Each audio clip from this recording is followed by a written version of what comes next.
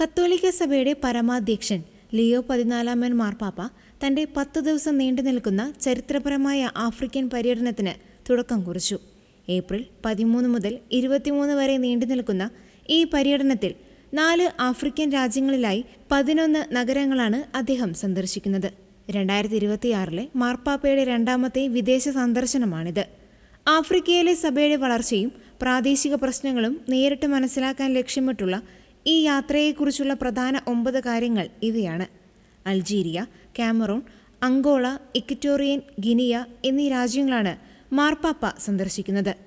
10 ദിവസത്തിനുള്ളിൽ 18 വിമാനയാത്രകളിലായി ഏകദേശം 11,000 മൈൽ അദ്ദേഹം സഞ്ചരിക്കും. ചരിത്രത്തിലാദ്യമായാണ് ഒരു മാർപ്പാപ്പ അൾജീരിയ സന്ദർശിക്കുന്നത്. മുസ്ലിം ഭൂരിപക്ഷ രാജ്യമായ ഇവിടെ സമാധാനത്തിൻ്റെയും മതസൗഹാർദ്ദത്തിൻ്റെയും സന്ദേശം അദ്ദേഹം പങ്കുവയ്ക്കും. കൂടാതെ ലോകത്തിലെ ഏറ്റവും വലിയ മുസ്ലിം പള്ളികളിലൊന്നായ ഗ്രേറ്റ് മോസ്ക് ഓഫ് അൾജിയേഴ്സ് അദ്ദേഹം സന്ദർശിക്കും. അഗസ്റ്റീനിയൻ സഭാംഗമായ മാർപ്പാപ്പ വിശുദ്ധ അഗസ്റ്റീൻ ജീവിച്ചിരുന്ന അൾജീരിയയിലെ ഹിപ്പോ പ്രദേശം സന്ദർശിക്കുന്നത് വലിയ പ്രാധാന്യത്തോടെയാണ് വിശ്വാസികൾ കാണുന്നത്. അംഗോളയിലെ മുക്സിമ മരിയൻ തീർത്ഥാടന കേന്ദ്രത്തിൽ മാർപ്പാപ്പ നയിക്കുന്ന ജപമാല പ്രാർത്ഥനയിൽ 20 ലക്ഷത്തോളം വിശ്വാസികൾ പങ്കെടുക്കുമെന്നാണ് പ്രതീക്ഷിക്കുന്നത്.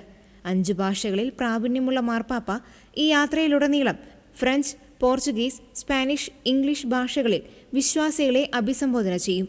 അൾജീരിയയിൽ അറബിക് ഭാഷയിലുള്ള അഭിവാദ്യങ്ങളും അദ്ദേഹം അർപ്പിക്കാൻ സാധ്യതയുണ്ട്.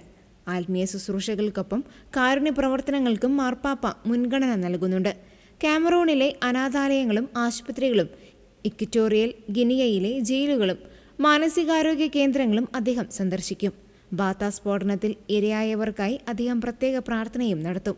ലോകത്തിലെ കത്തോലിക്ക വിശ്വാസികളിൽ 20% അധിവസിക്കുന്ന ആഫ്രിക്കൻ ഭൂഖണ്ഡത്തിൽ സഭയുടെ വളർച്ചയും വൈദിക ദേവവിളികളുടെ വർധനവും ഈ സന്ദർശനത്തിന് വലിയ പ്രാധാന്യം നൽകുന്നു. ആഫ്രിക്കൻ സഭയ്ക്ക് പുതിയ ഉണർവ് നൽകുന്നതാകും ലിയോ 14 മാർപ്പാപ്പയുടെ ഈ സന്ദർശനമെന്ന് വത്തിക്കാൻ അറിയിച്ചു.